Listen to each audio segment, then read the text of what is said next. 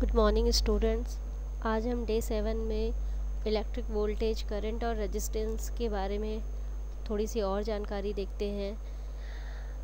आज हम देखेंगे कि इलेक्ट्रिक वोल्टेज क्या होता है, करंट क्या होता है, इलेक्ट्रॉन्स का फ्लो किस डायरेक्शन में होता है और उसी के रिस्पेक्टिव करंट का फ्लो किस डायरेक्शन में होता है, करंट की ट्रांसमिशन लाइन में उसका करंट का इफ़ेक्ट कैसा होता है, ह्यूमन बॉडी में करंट का क्या इफ़ेक्ट पड़ता है, hand to hand and foot to foot कैसे करंट पास होता है, टच करने से पोटेंशियल कैसे हमारे बॉडी में रिसीव हो जाता है, और वोल्टेज और करंट के डिफरेंसेस को देखेंगे। तो चलिए आगे चलते हैं। आज हम स्टार्ट करते हैं।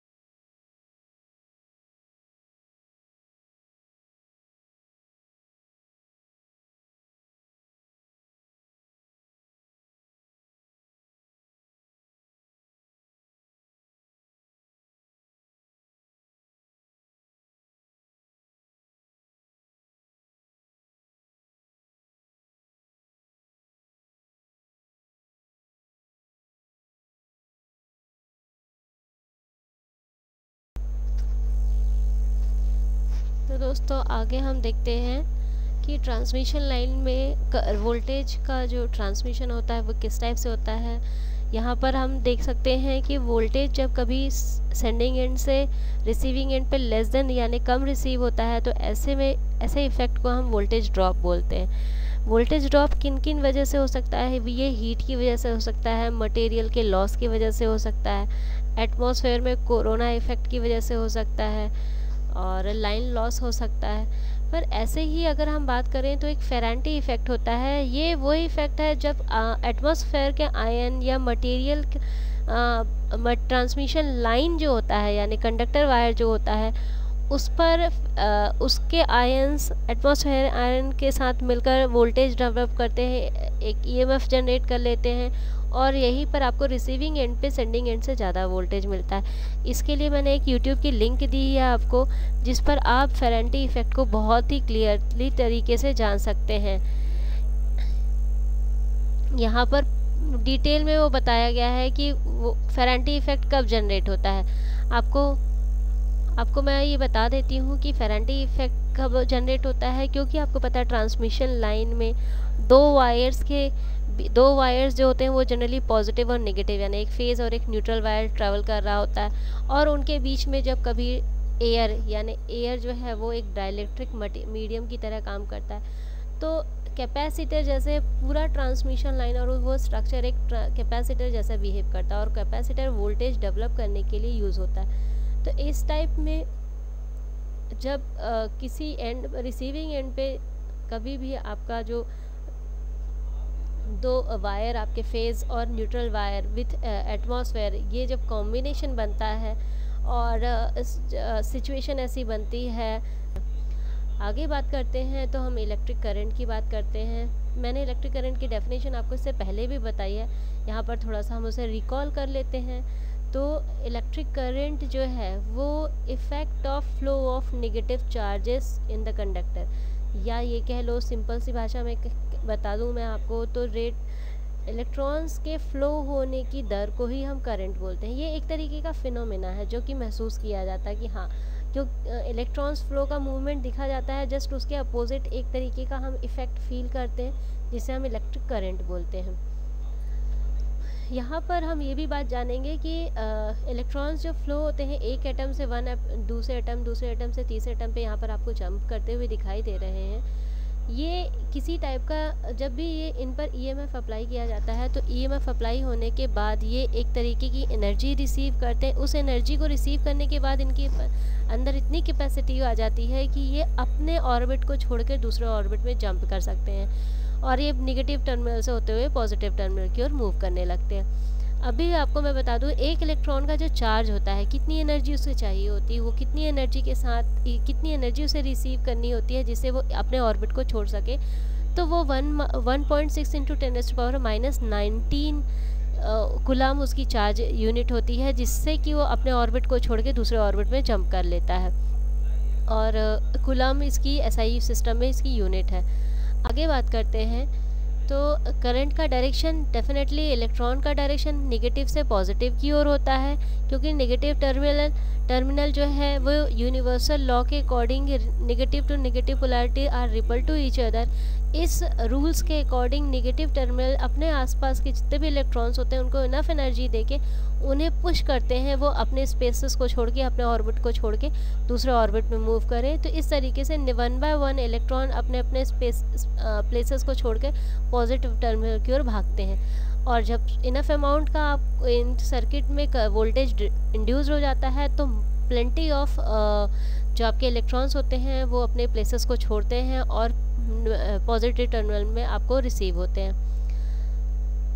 यहाँ पर मैंने आपको ऑलरेडी इसका यूनिट बता दिया है कूलम की। तो अगर हम इलेक्ट्रिक करंट की एम्पियर के अलावा इसकी यूनिट देखें जो एमकेएस सिस्टम में होती है, वो होती है कूलम डिवाइड बाई सेकेंड, क्योंकि इंडिविजुअल टाइम सेकेंड पर हम इंडिविजुअल इलेक्ट्रॉन चार्जेस को हम काउंट करते हैं। तो इस तरीके से इसकी एमकेएस सिस्टम में इसकी यूनिट जो होती है वो कूलम पर सेकेंड होती है, और एसआई सिस्टम पे एम्पियर में हम बात करते हैं। अब बात करते हैं कि मैंने आपको पहले ही बता दिया, जब भी कभी हम सर्किट में कनेक्शन देते हैं या सर्किट को क्लोज करते हैं तो ही इलेक्ट्रॉन का मूवमेंट होता है। तो यहाँ पर वही चीज़ें जो मैंने आपको ऑलरेडी डिफ़ाइन की हुई, यहाँ पे वही चीज़ें लिखी हुई है। इसको हम प्रीवियसली डिटेल में हम पढ़ चुके हैं, तो हम इसे स्किप करते हैं। आगे देखते हैं कि जो कन्वेंशनल करंट का डायरेक्शन है या करंट का डायरेक्शन है एसी और डीसी में किस टाइप का है और उनमें डिफरेंसेस क्या हैं। यहाँ पर आपको एक इमेज दी हुई है, इस पहले इमेज को देखते हैं। यहाँ पर एक सर्किट क्लोज है, पॉजिटिव और नेगेटिव टर्मिनल दिए हुए हैं, बाय द साइन हम उसको समझ सकते हैं। यहाँ पर करंट का मूवमेंट आपको दिख सकता है पॉजिटिव से नेगेटिव की ओर। ये यहाँ दिख रहा है फ्लो ऑफ कन्वेंशनल करंट, ये दिख रहा है आपको, ये यहाँ पर बना हुआ है। And this is the from the negative to positive, यहाँ पर आपको दिख रहा है, यहाँ पे लिखा हुआ है फ्लो ऑफ इलेक्ट्रॉन। जब हम बात करते हैं, सपोज़ ये बैटरी अगर एसी बैटरी होगी, एसी सर्किट करंट यहाँ से निकलता होगा, तो उसके लिए हमेशा ही पोलैरिटी चेंज होती है, प्लस कभी माइनस, कभी प्लस कभी माइनस, यहाँ पे आपको दिखाई दे रहा है सेम। बट डीसी होती है तो डीसी की पोलैरिटी चेंज नहीं होती, ज़ीरो फ्रीक्वेंसी रहती है, उसमें कोई फेजेस नहीं रहता। बट एसी में दोनों चीज़ अवेलेबिलिटी होती है, यहाँ फेज़ और फ्रीक्वेंसी दोनों अवेलेबल होती है। यहाँ पर आप देख सकते हैं ये फेज़ है, ये पॉजिटिव पोलैरिटी है, ये नेगेटिव पोलैरिटी है। और ये पॉजिटिव पोलैरिटी एक सर्टेन टाइम पीरियड पर सारी वैल्यूज़ फिक्स हैं, सर्टेन टाइम पीरियड पे ये नेगेटिव में फिक्स है, सर्टेन टाइम पीरियड पर ये ऊपर आ रहा है मतलब पॉजिटिव मूव कर रहा है, सर्टेन टाइम पीरियड पे नेगेटिव जाता है। इस तरीके से हमें ये फेज़ मिलते हैं 0, 1, कितने भी डिग्री में हमें 180 तक, फिर 180 से -180 से लेके 360 तक, ऐसे हमें फेजेस मिलते हैं। तो ये एक एक्चुअल में डिफरेंस होता है एसी और डीसी के बीच में। आगे देखते हैं ट्रांसमिशन लाइन में करंट कैसा इफेक्ट होता है, तो हमें ये पता है ट्रांसमिशन लाइन में लार्ज अमाउंट का करंट फ्लो होता है, क्योंकि लार्ज अमाउंट का वोल्टेज हम वहाँ पर उसके सेंडिंग एंड पे देते हैं। यहाँ पर हम थोड़ी सी चीज़ें पढ़ लेते हैं, जैसे कि the current is the effect of voltage. बिल्कुल सही है कि वोल्टेज का ही एक इफेक्ट होता है करंट हमारा। कभी भी हम कंडक्टिंग मटेरियल पे जब वोल्टेज अप्लाई करते हैं तो इलेक्ट्रिकल चार्ज कैरियर वहाँ पर मूव करना चालू करते हैं।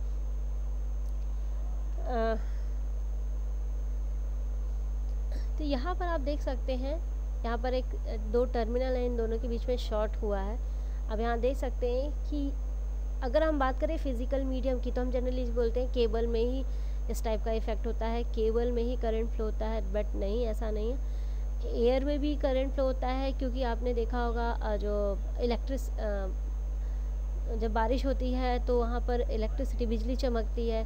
आपने देखा होगा इस बिजली की चमकने से इलेक्ट्रिसिटी का वहाँ पर इलेक्ट्रॉन्स और चार्ज जो है वो हमें दिखाई देते हैं आकाश में, जो उसमें बोलते हैं बिजली गिर गई या बिजली चमक रही है, ऐसा इफेक्ट होते थे। तो जो एयर में प्रेजेंट होते हैं कोई भी गैस के आयन जो कि करंट को फ्लो होने में, या वो गैसेस आयन जो कि टेम्परेचर और पॉजिटिव और नेगेटिव अपने दूसरे गैसेट फॉर्मेट आयन के साथ अपने पॉजिटिव और नेगेटिव टर्मिनल को बना लेते हैं, जोड़ लेते हैं, तो ऐसे टाइम पे भी करंट फ्लो होता है। आपने ये देखा होगा, बादल को देखा होगा, तो बादल भी पानी और एयर के कॉम्बिनेशन से बन जाता है।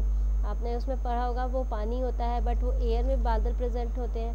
तो इस तरीके से उनमें करंट की उसमें हाई एनर्जी रिसीव हो जाता है उन आयंस में, और वो इलेक्ट्रिसिटी के फॉर्मेट में जब भी दो पॉजिटिव और नेगेटिव टर्मिनल आयंस टकराते हैं तो एक इलेक्ट्रिसिटी का फॉर्म हमें आकाश में दिखाई देता है। यहाँ पर आप देख रहे हैं इस एरिया के सराउंडिंग जितना भी प्लस और माइनस आयंस होंगे, पॉजिटिव और माइनस नेगेटिव आयंस होंगे, वो सब इस इलेक्ट्रिसिटी को बढ़ावा देने में सपोर्ट कर रहे हैं। यहाँ पर आप देख सकते हैं ये एक इमेजनरी फॉर्मेट है या इमेजनरी पिक्चर्स है, जिसमें ये बताया जा रहा है कि ये ट्रांसमिशन लाइन है और इसमें से करंट फ्लो हो रहा है। इसमें दोनों टाइप के सिग्नल्स आपको दिखाई दे रहे होंगे, बहुत आप ध्यान से देखेंगे तो आपको प्लस माइनस का एक फ्रीक्वेंसी टाइप का दिखाई दे रहा है, और अब ये यहाँ पर आपको दिखा होगा अभी, और इसके बाद आपको कांस्टेंट वैल्यू दिखाई दे रही है जो कि एक डीसी करंट को रिप्रेजेंट करती है। चलिए आगे बात करते हैं हम। जब भी सर्किट ब्रेकर, यहाँ पर हम देखते हैं कि current in a transmission line कैसे इफेक्ट डाल रहा है या किस तरीके से काम करता है, ये देखते हैं। तो electrical current mainly divided into two types, AC and DC. यहाँ पर बात कर रहे हैं, जब भी कभी हमारा आपने इस ट्रांसमिशन लाइन में सर्किट ब्रेकर को ओपन होते हुए और क्लोज होते हुए देखा होगा, तो जब भी कोई भी इलेक्ट्रिक कंडक्टर या तो सेपरेट होता है दूसरे कंडक्टर से या कंडक्टर से ज्वाइन होता है, उन दोनों ही टाइम पे थोड़ी सी शॉर्ट सर्किट करंट फ्लो होता है। अगर यहाँ पर प्रॉपर दोनों के बीच में प्रॉपर कनेक्शन ना हो तो यही शॉर्ट सर्किट करंट एक मतलब बड़ा सा इलेक्ट्रिकल धमाका टाइप का हो सकता है। तो इस चीज़ को मेजर करने के लिए, इस चीज़ को प्रोटेक्ट करने के लिए वहाँ पर रिले लगाए जाते हैं, ट्रांसमिशन लाइन में रिलेज लगाए जाते हैं, ताकि लार्ज अमाउंट का करंट, जो लीकेज करंट है, वो वहाँ से फ्लो ना हो सके। अब बात करते हैं ह्यूमन बॉडी में इलेक्ट्रिक करंट का इफ़ेक्ट कैसा होता है। तो आपको पता है इलेक्ट्रिक बर्न आप लोगों ने देखा होगा, बहुत सारे लोग होते हैं जो इलेक्ट्रिसिटी से झुलस जाते हैं, ज़्यादा करंट या जनरली इस टाइप के इफ़ेक्ट आपको कभी सब स्टेशन में या बड़े बड़े ट्रांसफार्मर में जो काम करते हैं वहाँ पर ऐसी चीज़ें देखने को, ऐसे हादसे देखने को मिलते हैं। तो एक्चुअली जो इलेक्ट्रिक करंट है जब हमारी ह्यूमन बॉडी से होकर गुजरता है तो ये हमारे नर्व सिस्टम पे सीधे इफ़ेक्ट डालता है। इसको हम एक तरीके का इलेक्ट्रिक शॉक करते हैं, क्योंकि हमारा जो ब्रेन भी है वो भी इलेक्ट्रोमैग्नेटिक सिग्नल पे ही काम करता है। हमारा जो ब्लड सेल है वो भी इलेक्ट्रोमैग्नेटिक सिग्नल पे काम करता है। तो जितने ज़्यादा अमाउंट का करंट लगेगा, यानी करंट की या इलेक्ट्रिसिटी की इंटेंसिटी जितनी ज़्यादा होगी, इलेक्ट्रिसिटी शॉक की इंटेंसिटी जितनी ज़्यादा होगी, उसके अकॉर्डिंग हमारा नर्व सिस्टम जो है वो डैमेज होता है। और कई बार शॉक इतना ज़्यादा होता है कि हार्ट और लंग्स को डैमेज कर लेता है, और या अनकॉन्शियसनेस हो जाती है, या एक तरीके से डेथ हो जाती है इंसान की।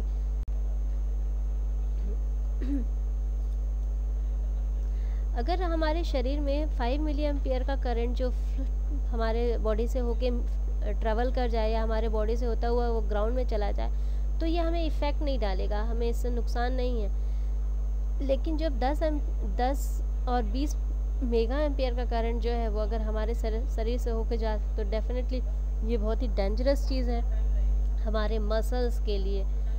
ह्यूमन बॉडी की जो जनरली रजिस्टिविटी होती है वो ऑलमोस्ट 50 किलो ओम तक की होती है, और इसमें से ऑलमोस्ट 500 मिली एम्पियर का करंट तक बिना डैमेजेस, जो बॉडी डैमेजेस के बिना, ये लगभग 500 मिली एम्पियर का करंट फ्लो कर सकता है अपने में से। जो हमें जो शॉक, छोटे मोटे शॉक लगते हैं, हम उनकी बात कर रहे हैं। लेकिन अगर हम बात करें इससे ज़्यादा करंट की, तो डेफिनेटली वो हमें ज़्यादा शॉक लगेगा और उससे हम ज़्यादा अमाउंट का करंट हमारी बॉडी से होके फ्लो हो सकता है। यहाँ अगर हम एक एग्जाम्पल ले, या हम एज्यूम करते हैं कि 20 किलो ओम का हमारे बॉडी का रेजिस्टेंस 20 किलो ओम का है और हमने 230 वोल्ट का सप्लाई हमने टच कर लिया है, तो अगर हम इसको देखें हमारी बॉडी में कितना करंट हमारी बॉडी से होके फ्लो होगा, तो हमारी बॉडी से 230 divide by because of V divide by R, तो यहाँ पे 20 किलो ओम का रेजिस्टेंस है, तो 20 इंटू 1000 20,000 हो गया, तो 230 divide by 20,000 is equals to 11.5 milli ampere तक का करंट हमारी बॉडी से होके गुजर जाएगा। बट ये एक मिनिमम करंट है जिससे हमें कोई इफेक्ट नहीं पड़ सकता, हमें कोई दिक्कत नहीं होगी। बट हम यहाँ पर डायग्राम में देखते हैं कि किस अमाउंट का करंट जो है या किस अमाउंट का रजिस्टिविटी हमारी बॉडी रखती है, और अगर उससे ज़्यादा करंट फ्लो होता है तो क्या इफ़ेक्ट होता है। यहाँ पर आप देख सकते हैं, हम यहाँ पर हेड से चलते हैं। Perception of electric shock at 1 milli ampere, ठीक। Current above 6 milli ampere causes respiratory paralysis. अगर आपके बॉडी में से 6 मिली एम्पियर का करंट ज़्यादा फ्लो होता है तो ऑलमोस्ट आपको ये माना जाता है कि आपकी रेस्पिरेटरी जो है वो सिस्टम जो है वो पैरालिसिस हो सकती है। Resistance to dry body, almost अगर ड्राई बॉडी होती है तो उसका यानी टॉप टू बॉटम अगर बात करें तो उसका 70 से 100 किलो ओम तक हमारी बॉडी की रेजिस्टिविटी हो सकती है। जनरली एक ह्यूमन बीइंग में, एक मेल की जो में करंट कैपेसिटी जो होती है, करंट सह लेने की कैपेसिटी होती है वो 9 मिली एम्पियर की, वहीं फीमेल्स में 6 मिली एम्पियर की होती है। अब अगर हमारी बॉडी से 20 मिली एम्पियर से 100 मिली एम्पियर तक का करंट अगर हमारे पास से होकर गुजर गया, हमें शॉक लगा, तो ऐसे में हमारे मसल्स जो है वो उनमें कंट्राडिक्शन हो सकता है।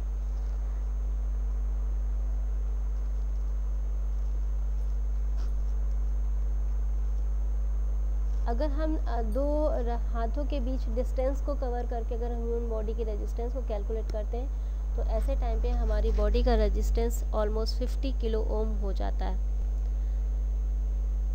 चलिए आगे देखते हैं कि इसके और क्या इफ़ेक्ट होते हैं हमारी बॉडी में। तो leakage current, actually leakage current होता है जो हमारी बॉडी से होके फ्लो होता है। यहाँ पर एक डायग्राम बना है, एक ह्यूमन बीइंग है, उसने हाथ से कोई डिवाइसेस टच कर लिया, एक टर्मिनल टच कर लिया, तो और दूसरा टर्मिनल उसका पाँव जो है वो एक नेगेटिव टर्मिनल जैसे काम करता है।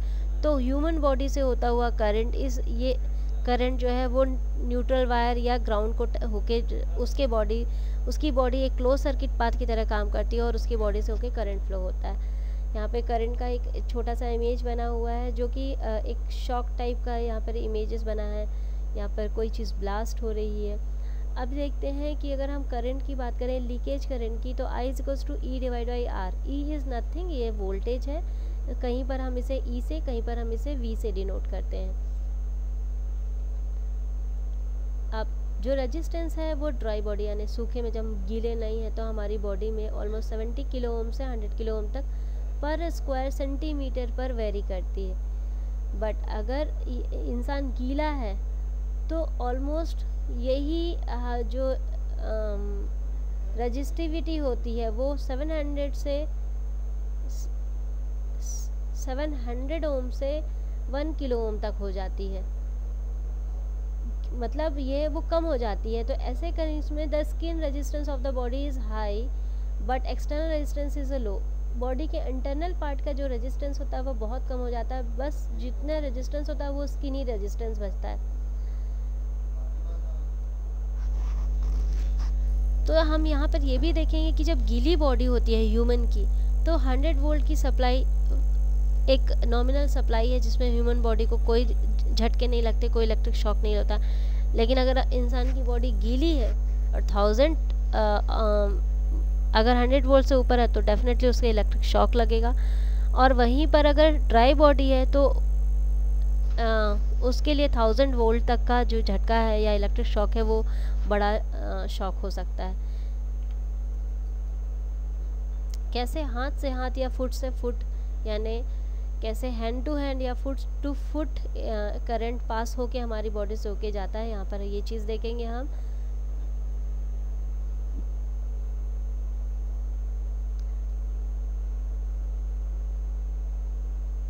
जब कभी कोई 1 मिली एम्पियर का शॉक, मान लेते हैं हम कि 1 मिली एम्पियर का शॉक हमारे पास से होके गुजरा या हमें लगा, तो हमारा सेंसेशन जो है थोड़ी देर के लिए हम अनकॉन्शियस हो जाते हैं, हमें कोई चीज़ का सेंस नहीं रह जाता उस समय। लेकिन अगर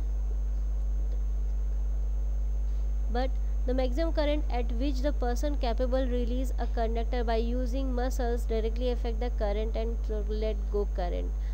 This current is 9 milliampere for female and 9 milliampere for male and 6 milliampere for female.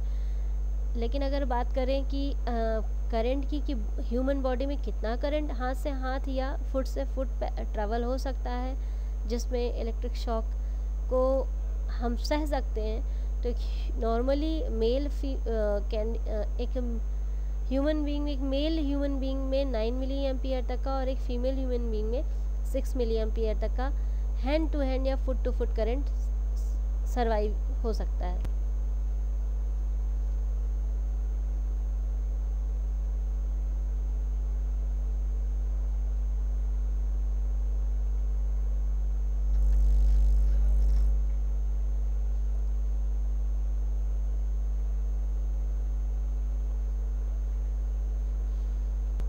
मैंने आपको ऑलरेडी ड्राई और वेट कंडीशन में ह्यूमन बॉडी की रजिस्टिविटी और करंट के सहने की क्षमता को बता दिया है। लेकिन अगर हम यहाँ पे बात करते हैं कि अगर किसी ह्यूमन बॉडी को 20 मिली एम्पियर से 100 मिली एम्पियर तक का करंट का शॉक लगा हुआ हो, तो ऐसे टाइम पे उसको इंटरनल या फिज़िकल इंजरीज़ होती हैं, जैसे कि उसका हार्ट डैमेज हो सकता है, उसका रेस्पिरेटरी फंक्शन जो है वो काम करने में दिक्कत कर सकता है, तो ऐसी इंजरीज़ हो सकती हैं।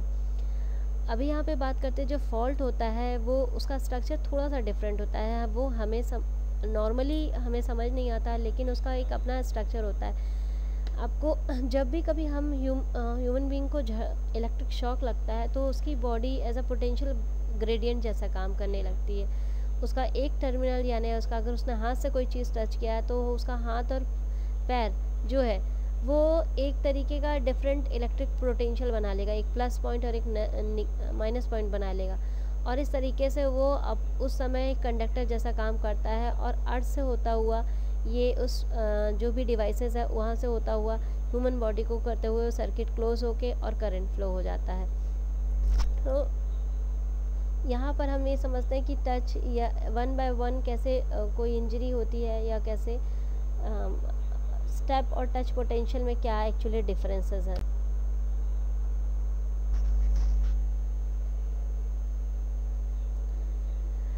अब बात करते हैं स्टेप पोटेंशियल की। तो स्टेप पोटेंशियल वो पोटेंशियल डिफरेंस है जहाँ कोई इंसान फ्लोर पे खड़ा हुआ है और उसके पैरों के बीच में या 1 स्टेप में 0.5 मीटर का गैप होता है।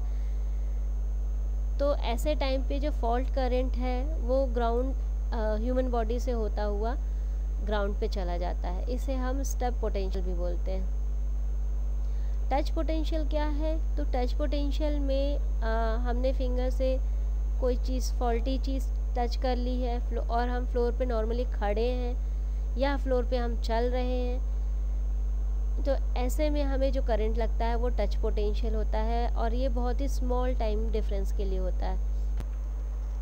अगर हमारी ह्यूमन बॉडी का रेजिस्टेंस 10 किलो ओम तक है, तो ऑलमोस्ट ये हमें सपोर्टिव होता है। इस टाइम पे हमारी इतनी रजिस्टिविटी, हमें करंट के झटके लगने की चांसेस नहीं होते हैं। चलिए थोड़ा सा वोल्टेज और करंट में हम डिफरेंसेस देख लेते हैं, या हम यहाँ पर एक समराइज वैल्यू देख लेते हैं कि वोल्टेज 2 टर्मिनल के डिफरेंस को हम इलेक्ट्रोमैग्नेटिक फील्ड बोलते हैं, या इलेक्ट्रिक फील्ड बोलते हैं, या पोटेंशियल ग्रेडियंट बोलते हैं। और इन्हीं 2 टर्मिनल से निकलने वाले चार्ज कैरियर के फ्लो, रेट ऑफ फ्लो को हम बोलते हैं करंट। इन दोनों के एसआई सिस्टम में यूनिट देख लेते हैं, वोल्टेज की वोल्ट, करंट की एम्पियर। सिंबल में रिप्रेजेंटेशन वोल्टेज को हम V से और V या E से रिप्रेजेंट करते हैं, करंट को हम I से रिप्रेजेंट करते हैं। यहाँ पे W/Q है, ये power work done divide by charge carrier है। इससे भी हम वोल्टेज की वैल्यू को कैलकुलेट करते हैं, कितना काम हुआ है, पर्टिकुलर कितना चार्ज रिसीव हुआ था, उससे कितना काम हुआ है। यहीं पर अगर हम बात करें करंट की, तो इसको हम Q डिवाइड बाई T के फॉर्मूले से हम इसको कैलकुलेट करते हैं, यानी चार्ज डिवाइड बाई टाइम पर सेकेंड। इस तरीके से अगर हम बात करें कि फील्ड क्रिएटेड, अगर कौन सा फील्ड क्रिएट होता है, तो जब वोल्टेज कहीं डेवलप होता है तो वहाँ पर मैग्नेटिक फील्ड क्रिएट होता है। इसी तरीके से करंट फ्लो होने के लिए इलेक्ट्रोस्टैटिक फील्ड होना ज़रूरी होता है। अभी हम बात करते हैं कि जो वोल्टेज चेंजेस में, अगर हम अल्टरनेटिंग वोल्टेज की बात कर रहे हैं,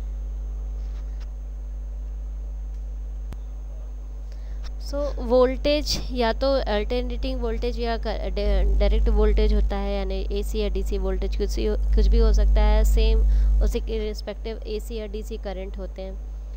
अब हम बात करते हैं, अगर हम यहाँ पे वोल्टेज की यूनिट हमने work done divide by Q यानी चार्ज हमने रखा है, या हम इसका ये फॉर्मूला अगर हम देखते हैं, तो इस पर ही अगर हम इसे इंडिविजुअली देखें कि पर यूनिट इसकी वैल्यू कितनी होती है, तो 1 वोल्ट पर unit 1 volt is equals to 1 joule divide by coulomb. इसी तरीके से करंट की भी वैल्यू देख सकते हैं। तो यहाँ पे कुछ बेसिक डिफरेंसेस दिए हुए हैं वोल्टेज और करंट के। आज क्लास में हमने देखा कि वोल्टेज का पोटेंशियल डिफरेंस उसे क्यों बोलते हैं, उसका इफ़ेक्ट क्या होता है, जब वोल्टेज डिक्रीज़ होता है तो करंट डिक्रीज़ होता है, वोल्टेज इंक्रीज़ होता है तो करंट इंक्रीज़ होता है। हायर वोल्टेज जो है किसी भी ट्रांसमिशन लाइन में, उसके रिस्पेक्टिव लीकेज करंट जो हमारे सर्किट ब्रेकर या किसी भी हैवी डिवाइसेस में फ़्लो होते हैं, फेरेंटी इफ़ेक्ट को हमने देखा। हमने ये भी पता लगाया है कि हमने ये भी देखा है कि ट्रांसमिशन लाइन पे से AC और DC करंट किस प्रकार से फ़्लो होते हैं। इसके अलावा हमने ह्यूमन बॉडी में इलेक्ट्रिक शॉक के उसके रिजल्टेंट भी देखे हैं। तो यहाँ पर हमने वोल्टेज और करंट की बेसिक चीज़ें देखी हैं। अगर आपको कोई क्वेश्चन हो तो आप मुझसे पूछ सकते हैं। Thank you so much.